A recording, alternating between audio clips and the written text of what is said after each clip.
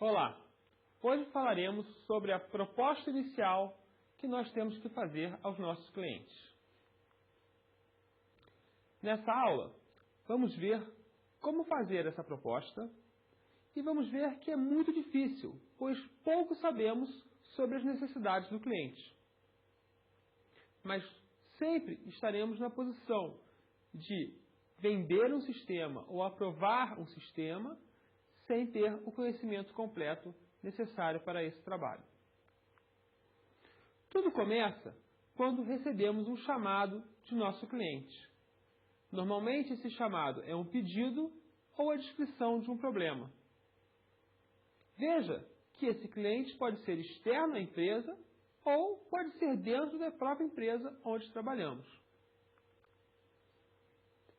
É importante ver que mesmo quando o pedido vem da nossa empresa, devemos continuar tratando quem fez o pedido como um cliente, como alguém que merece um respeito especial, que merece um tratamento especial, como alguém que é responsável pelo nosso futuro profissional.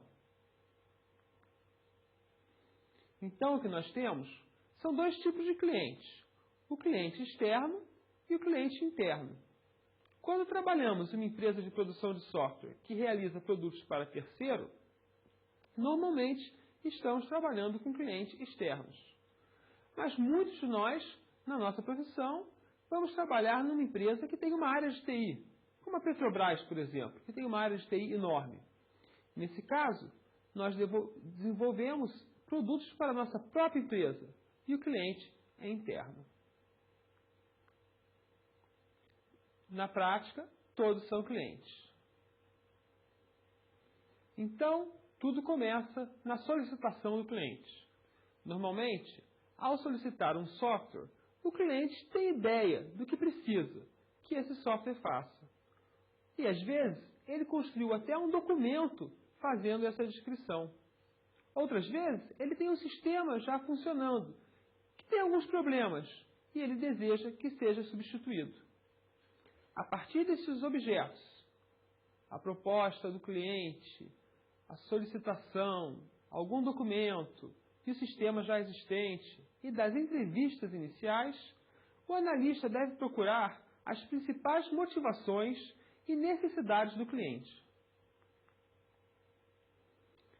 É sempre importante focalizar a nossa interpretação da solicitação do cliente nas suas necessidades de negócio. Às vezes, nem o cliente se percebe que devia fazer isso. Muitas vezes, o cliente acredita precisar de um sistema para o seu negócio, quando, na verdade, precisa de outro. Tornando claras as expectativas, nós teremos clientes mais contentes. Essas solicitações vêm em vários formatos. Algumas vezes são bastante informais. Você recebe um telefonema ou uma conversa, até mesmo com um amigo, e que diz para você que precisa de alguma coisa. Mais comum é que exista alguma coisa escrita, mesmo que seja muito pouco. Um e-mail, antigamente uma carta, hoje menos. Pedidos formais, um memorando interno da empresa. Isso pode vir desde algo informal com pouca informação, ou algo que já passou por algumas reuniões, foi decidido e já é um pouco mais formal. Finalmente, a informação mais completa geralmente vem na forma de uma Request for Proposal, ou seja, um pedido de propostas. Esse é um documento bastante formal, geralmente já feito com apoio de analistas de sistemas, e que busca, normalmente, encontrar preços e tecnologias no mercado que sejam bastante competitivas. Para responder à solicitação, primeiro devemos registrá-la em nossa empresa ou em nosso departamento. Depois, devemos verificar os verdadeiros problemas, os verdadeiros motivos, as verdadeiras motivações e objetivos do nosso cliente. Então, devemos ir ao cliente e negociar uma solução. é importante que nós tenhamos um comprometimento com o negócio do cliente e não simplesmente com o sistema que ele deseja. Tendo toda essa informação, então, nós podemos fazer a proposta técnica da solução, ou seja, o que acreditamos que o cliente precise. Isso é sempre algo difícil de construir porque temos poucas informações. A partir da proposta técnica, já somos capazes de fazer alguma proposta comercial ou de investimento para a solução. Como estamos sempre falando, é difícil obter dados suficientes para que tenhamos uma proposta técnica de boa qualidade. Para isso, temos que nos esforçar muito nas entrevistas e reuniões com gerentes e diretores que vão conversar conosco. Devemos usar ou acompanhar o uso do sistema já existente, conhecer como esse sistema funciona. Devemos visitar as instalações e acompanhar o funcionamento e o uso do sistema. O sistema que está rodando em um escritório calmo e com ar refrigerado é diferente de um sistema que vai ter que funcionar dentro de uma mecânica com ruídos e gases. Devemos conversar com os usuários e descobrir a intenção deles sobre o sistema que funciona. E também ter entrevistas formais e reuniões com grupos de usuários. Na maioria dos projetos, junto com a proposta técnica, você vai ter que responder algumas perguntas. Qual é a visão do projeto? O que imagina aquele que vai comprar e aquele que vai usar o novo sistema? Quais são as expectativas de resultados a serem alcançados quando esse sistema entrar em funcionamento? Esse projeto é realizável? Nós temos tecnologia suficiente? Nós temos tempo para implantá-lo? Esse projeto é economicamente viável? Às vezes um projeto pode ser feito, mas o seu custo é muito alto para aquela empresa. É melhor você alterar, evoluir o sistema atual ou jogar ele fora e fazer outro desde o início? É melhor você comprar um sistema já pronto e talvez adaptar ou fazer outro desde o início? E, finalmente, qual será o custo desse projeto? Veja que todas essas perguntas exigem uma certa dose de análise de requisitos. Mas nós não estamos ainda sendo pagos, ou no caso do cliente interno, nós não estamos ainda realmente alocados para realizar esse serviço. Então, estamos num dilema. Quanto mais informação, melhor nós seremos capazes de fazer o nosso trabalho. Mas também mais investimento estamos fazendo em uma proposta que pode não ser aceita. Esse é o problema típico das empresas de software. E cada empresa tem a sua política de investimento na fase de prospecção. Quanto tempo dura essa prospecção? Muitas vezes, o cliente está com pressa. Nós não temos um tempo hábil para fazer o trabalho que nós gostaríamos de fazer e mesmo que nós temos autorização para fazer em relação ao investimento de tempo e dinheiro. Sempre precisamos decidir que quantidade de análise preliminar deve ser feita, mas nunca podemos fazer toda a análise do sistema, pois isso é muito custoso. A verdade é que, nesse caso, a experiência do profissional, tanto tecnologicamente quanto na área de negócio, faz bastante diferença. E usar técnicas específicas, onde você busca resultados específicos, também faz bastante diferença. Nós vamos aprender algumas técnicas, algumas perguntas a serem respondidas em curto espaço de tempo. Os recursos necessários para obter esses requisitos iniciais, antes de iniciarmos a verdadeira análise de requisitos, já foram avaliados em 8% do custo total de um projeto. Ou seja, a cada vez que nós estamos fazendo um trabalho de pré-análise, de descobrir se podemos realmente fazer aquele sistema, de antes de vender ou antes de aprovar esse projeto na nossa empresa, nós temos um custo que pode chegar a 8% do custo total do projeto. Veja que se o projeto for muito grande mesmo, né, um projeto a nível, por exemplo, de um controle aéreo, né, esse custo pode chegar até a 40%. Mas na grande maioria dos projetos, esse custo, no máximo, deve chegar a 8%. É importante lembrar que o custo total do sistema continua sendo 100%. Esse é um custo adicional, o custo da prospecção. Por isso, o uso de técnicas é importante para manter esse custo bem baixo, porque na prática nós não podemos cobrar ou não podemos alocar esse custo a algum projeto da nossa empresa. Quais são os itens mais importantes que devemos nos preocupar quando estamos fazendo essa pré-análise? Primeiro, descobrir os problemas atuais do nosso cliente. Depois, definir o objetivo do sistema proposto.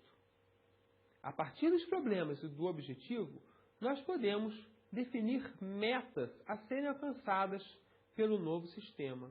Ou seja, o que acontecerá com o negócio do cliente quando o novo sistema passar a funcionar. Além disso, devemos analisar as oportunidades, principalmente as oportunidades tecnológicas, que podemos oferecer aos nossos clientes e dar uma visão de como esse novo sistema vai funcionar quando estiver pronto. Na verdade, nós temos um grande mapa de influências que podemos ver no diagrama que aparece agora. Nós temos o ambiente, que influencia as oportunidades e as soluções possíveis. Nós temos os problemas, que definem necessidades para as nossas soluções e alvos para as nossas metas. As soluções, as oportunidades e a tecnologia existente vão definir como será o nosso sistema, que deverá alcançar metas e cumprir o seu objetivo. Finalmente, nossas metas, que são alvos de negócio, têm que ser mensuráveis. Nós temos que descobrir se as coisas mudaram ou não mudaram e, por isso, precisaremos também de métricas. Nós vamos ver detalhadamente a maioria desses itens. O objetivo do sistema é uma sentença de poucas linhas que permite identificar imediatamente sua finalidade. A sentença deve ser clara, de forma a permitir uma definição rápida de seu escopo. Isto é, da fronteira que define o que faz parte e o que não faz parte do sistema. Essa palavra escopo é muito utilizada em computação e nós devemos sempre manter ela em mente como fronteira, limite do que está dentro e do que está fora de algum sistema ou subsistema. Finalmente, esse objetivo também deve esclarecer a razão do projeto existir e ser necessário. Pense esse objetivo como uma frase que você ligaria para uma pessoa que estivesse convidando a trabalhar no projeto com você. Você vai ver que alguns objetivos são exatamente isso. Vamos ver os exemplos. O sistema deverá controlar a recepção e envio de pacotes pelo setor de cargas de uma empresa de alimentos congelados. O sistema permitirá o gerenciamento de cardápios em uma rede de restaurantes populares, definindo pratos e receitas e verificando sua aceitação. O sistema controlará a entrada e saída de funcionários, realizando o serviço de ponto e fornecendo dados para a folha de pagamento. Veja que o objetivo deve identificar junto ao cliente, de forma mais padronizada possível frente ao mercado, que tipo de sistema está sendo desenvolvido. Ao mesmo tempo, deve fornecer informações suficientes que caracterizem por que esse sistema é especial. Por exemplo, desenvolver um sistema de controle de vendas. Controle de vendas é um termo muito conhecido no mercado. Para uma loja de materiais de construções, já estou especificando mais, dizendo por que há uma necessidade específica, que permita encomenda de mercadorias. E aí estou deixando bem mais detalhado o porquê que esse sistema tem diferenças de um sistema comum. Também é importante que não demos vários objetivos a um sistema. Quando isso parece necessário, é melhor dividir o seu sistema em partes, porque quanto menor o sistema, menores os riscos do desenvolvimento não dar certo. Ao declarar um objetivo, então, devemos evitar o uso de conjunções e também, ou ainda outra construção que leve a representar mais de uma ideia, mais de um objetivo. Em resumo, o nosso objetivo deve ser com uma frase, um objetivo, afirmando o que é igual ao que está no mercado, o que é diferente e quem é o nosso cliente. Por exemplo, o sistema permitirá o gerenciamento de cardápios em uma rede de restaurantes populares, definindo pratos e receitas e verificando sua aceitação. Em amarelo, nós dizemos o tipo geral, objetivo geral do sistema. Em vermelho, definimos o nosso cliente. E em azul, definimos características especiais desse sistema. Junto com os nossos objetivos, aparecem as oportunidades. São ofertas que fazemos ao nosso cliente, mas não estão incluídas nas necessidades originais do cliente. Elas devem sempre produzir resultados úteis para a empresa. Por exemplo, acelerar processos, eliminar passos desnecessários, reduzir erros na entrada e saída de dados, aumentar a integração entre sistemas existentes ou futuros,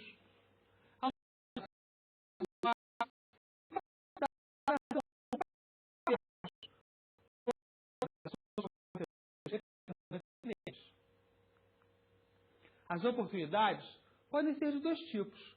A oportunidade tecnológica, que é a oferta de uma tecnologia específica de implementação, que oferecerá alguma vantagem ao cliente. Por exemplo, imagine que seu cliente tem vendedores trabalhando na rua, que no momento colocam os dados da venda no final do dia, no escritório. Você poderia oferecer, se parecesse economicamente viável, que eles levassem algum mecanismo, como um palm top, ou mesmo um celular ou um notebook, para as vendas. E aí pudesse entrar diretamente as vendas da rua, do exterior, sem ter que voltar ao escritório. Também, algumas vezes, conseguimos mostrar alguma oportunidade de negócio. Melhorar um canal de venda, né? Descobrir, por exemplo, que um cliente pode passar a vender pela internet com um investimento pequeno a partir da base de dados e do sistema que ele já tem, né? Ou seja, fornecer alguma funcionalidade não prevista pelo cliente, mas que sabemos ser possível implementar. Muitas vezes até mesmo observando um concorrente. Devemos ter muito cuidado com as oportunidades de negócio, pois elas podem ser, na verdade, falsos requisitos. Nós não queremos forçar o cliente a fazer nada que ele não precise. A melhor solução para a gente é sempre atender o que o cliente precisa para o seu negócio lucrar mais. Uma oportunidade de negócio, então, deve ser exaustivamente discutida com o cliente, de forma a ficar claro que realmente traz benefícios, esses benefícios são consideráveis, o risco do projeto não aumenta muito e ela será realmente utilizada pelo cliente. Nós já usamos aqui a palavra stakeholder, ou seja, aquele que está interessado, que tem alguma aposta em um sistema. É interessante que a sua proposta inicial tenha uma lista de todos os stakeholders e, de alguma maneira, coloque os interesses e objetivos de cada um. Abordagens simplificadas nos mostram, rapidamente, 3 tipos de stakeholders. Nós mesmos, os desenvolvedores, aqueles que estão pagando o sistema e aqueles que vão usar o sistema no dia a dia. Uma investigação mais profunda pode achar muitos outros interessados, gerentes dos usuários finais, auditores, responsáveis pela operação do sistema, responsáveis pela manutenção do sistema, usuários de sistemas que enviam ou recebem dados para o novo sistema e por aí em diante. Na verdade, voltamos a lembrar que usuários são todos aqueles que usam o sistema ou as informações fornecidas pelo sistema ou fornecem dados para o sistema. A interpretação restrita nós chamamos de usuário final, aquele que apenas está na frente do computador usando o sistema. Na interpretação ampla, usamos todos os usuários que conhecemos. Então, é interessante definir uma tabela de stakeholders de maneira que mostre os interesses e objetivo de cada um do sistema. Temos então um exemplo dessa tabela. Na primeira coluna, nós chamamos agente ou interessado, para ficar em português o termo. Na segunda coluna, nós mostramos o objetivo. Na terceira coluna, nós mostramos o interesse. E na quarta coluna, nós mostramos a prioridade. Veja que o cliente, quando faz o pedido, ele está usando o sistema com o interesse de mais tarde receber o produto pedido. Ele não faz o pedido apenas por fazer o pedido. O interesse dele é mais amplo, no sentido do negócio que ele se propõe a fazer. O gerente, por exemplo, ele usa o sistema para obter a lista de pedidos diária, mas seu verdadeiro interesse é saber a produção diária que ele precisa fazer. Veja que agora nós temos o objetivo do sistema, os objetivos e interesses de nossos usuários, agentes, interessados, e precisamos definir como o sistema vai mudar o negócio dessas pessoas. Nós precisamos definir as nossas metas. As metas justificam a existência do sistema para o negócio. Um sistema sem meta não vai mudar o negócio? Por que será feito? Porque o cliente vai gastar dinheiro em fazer algo que não trará dinheiro em retorno para ele no futuro. Então, todo cliente vai exigir que um sistema tenha um efeito positivo em seu negócio, esperado com a sua implementação e seu funcionamento. Ou seja, quais são os benefícios que ele vai obter quando colocar o novo sistema em funcionamento. A análise de metas permite ao cliente verificar qual a relação custo-benefício da implantação de um novo sistema.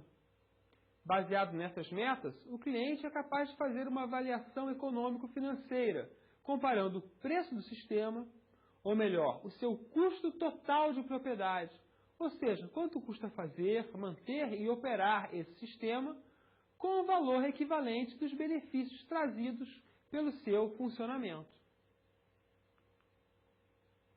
Para cada meta, nós precisamos definir uma métrica, ou seja, uma maneira de medir aquela meta, se ela foi alcançada, se ela foi ultrapassada, se quase alcançamos ou se não alcançamos nada da meta. A métrica é uma medida objetiva que permite comprovar que a meta foi alcançada.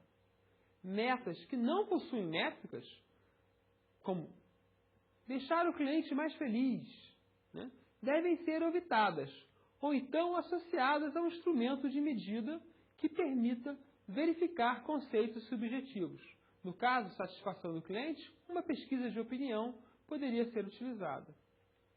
Se não é possível encontrar nenhuma medida, nenhuma métrica, nenhuma meta, fica difícil provar que o sistema terá alguma importância, alguma validade para ser feito. A principal vantagem de associar metas aos sistemas que não fazem parte do requisito do sistema é demonstrar a sua utilidade, isto é, como o sistema faz o cliente ganhar mais dinheiro ou realizar melhor a sua tarefa. Cuidado, porque é comum que um cliente deseje uma meta que não pode ser alcançada por um sistema com um certo objetivo. Ou ele pode desejar uma meta que é afetada por muitas outras coisas, além do que o sistema pode fazer. Nesse caso, precisamos negociar a mudança da meta ou a mudança do objetivo do sistema. É possível que as metas não sejam mensuráveis de forma objetiva. Isso pode ser resolvido por meio de avaliações subjetivas. Já falamos aqui, melhorar o atendimento ao usuário. Essa é uma meta que pode ser avaliada de forma objetiva se nós definirmos, por exemplo, o tempo que demoramos para atender um usuário numa fila de banco. Porém, também pode ser avaliada de maneira subjetiva se nós fizermos uma pesquisa de opinião sobre o atendimento. Nesse caso, seria importante medir o tempo antes do sistema ou a opinião dos clientes antes do sistema funcionar. Toda proposta inicial também deve se lembrar de fazer uma pequena descrição de como funciona o sistema atual. Isso é muito importante, primeiro porque nos força a compreender como funciona esse sistema. Desprezar o sistema atual, por mais antigo ou mal feito que ele seja, é um dos erros mais frequentes dos desenvolvedores, porque os nossos usuários finais estão acostumados com os seus resultados. Só podemos criar um sistema novo após conhecer o sistema atual, como funciona e por que funciona da seguinte forma. Uma descrição em português pode ser suficiente para sistemas pequenos. Para sistemas maiores, pode ser que tenhamos que investigar documentação ou mesmo fazer uma pequena análise para descobrir como seu funcionamento se dá no dia a dia. Sempre estamos com o problema do tempo, ou seja, quanto tempo vai demorar para descobrir como funciona todo o sistema. Também, na verdade, muito mais importante, é descrever a visão do novo sistema. Uma descrição simples de como vai funcionar o novo sistema em linguagem corrente. Incluir não só o funcionamento, mas também expectativas de comportamento, velocidade e de efeitos do sistema no negócio. Essa visão deve ser escrita sempre junta com o cliente, se não pelo próprio cliente. E normalmente a visão e a descrição do sistema atual têm o mesmo nível de abstração para que seja possível fazer uma comparação do que está e do que vai ser. A visão pode até mesmo incluir alguns desenhos, alguns protótipos iniciais de como seriam as novas telas do sistema. Mas apenas para dar uma ideia, uma coisa muito, muito simples, pois não podemos investir dinheiro, não podemos investir tempo antes de começarmos realmente o negócio. A visão do sistema também inclui requisitos já detectados informalmente pelos analistas. Requisitos funcionais, requisitos de informação, requisitos não funcionais e oportunidades. Obviamente, só estamos interessados no que chamamos de requisitos verdadeiros. Esses requisitos, que poderíamos chamar de requisitos preliminares, têm que ser sempre registrados, pois, muitas vezes, na fase de análise, acontece de esquecermos, por estarmos envolvidos com o dia a dia, dos objetivos estratégicos, dos requisitos mais importantes para o negócio do nosso cliente. Esses requisitos aparecem informalmente nas conversas, mas devem ser anotados diligentemente, com bastante cuidado, pois talvez sejam até esquecidos no futuro por parte do nosso cliente, justamente porque o dia a dia vai se sobrepor às necessidades estratégicas. É interessante também criar uma lista de definição de escopo, uma lista in-out, uma boa estratégia para que evitemos ter que fazer algo que nós pensamos que não era necessário fazer. Basta uma simples tabela. Veja, aqui nós temos uma simples tabela que diz que o nosso sistema vai receber pedidos, mas não vai enviar nota fiscal, mas vai atender pedidos parciais e vai analisar o crédito de nosso cliente. Na proposta inicial, devemos incluir também compromissos do comprador, compromissos do nosso cliente conosco. Nós chamamos isso de pontos críticos de sucesso. São questões que não estão diretamente relacionadas ao desenvolvimento, mas são essenciais para o bom andamento do projeto. Por exemplo, compromisso que certos funcionários vão estar disponíveis, fornecimento de alguma informação, a existência de uma máquina ou de um software, compromisso de entrega ou de acesso a equipamentos e áreas da empresa. Os pontos críticos devem ser levantados detalhadamente, pois só poderemos cumprir os nossos compromissos de desenvolvedor se o cliente cumprir os pontos críticos de sucesso de nosso projeto. Além disso, devemos também, com bastante cuidado, descobrir as restrições a que o projeto está submetido. Um tipo importante de restrições são as exigências de implementação, como obrigatoriedade de usar um banco de dados, uma linguagem ou um sistema operacional. Quanto mais cedo forem detectadas as restrições, mais cedo o analista evitará que haja desperdício de recursos pela equipe de desenvolvimento e até mesmo evitar entrar em um contrato que a empresa não pode cumprir. Bom, além de, num projeto, nós temos que falar tudo que pode dar certo e dizer que nós faremos tudo funcionando como o cliente quer, nós também temos que nos preocupar em mostrar o risco. Todo projeto envolve um conjunto de riscos que deve ser tratado convenientemente para garantir o seu sucesso. A análise de riscos tem sido usada nos últimos anos como uma das melhores práticas de desenvolvimento de software. Existem vários riscos de projeto no desenvolvimento de software. O tamanho, que é o risco principal. O impacto do projeto no negócio. O processo escolhido. A tecnologia utilizada. Os ambientes de desenvolvimento, teste, operação, a equipe, a perda de funcionários. Vários riscos. As características dos riscos são as seguintes. Primeiro, há uma incerteza. É claro, nós nunca sabemos se um risco vai ocorrer ou não. Senão não é um risco, é um problema. O risco é exatamente algo que nós não sabemos se vai acontecer. Sempre que o risco acontece, há uma perda.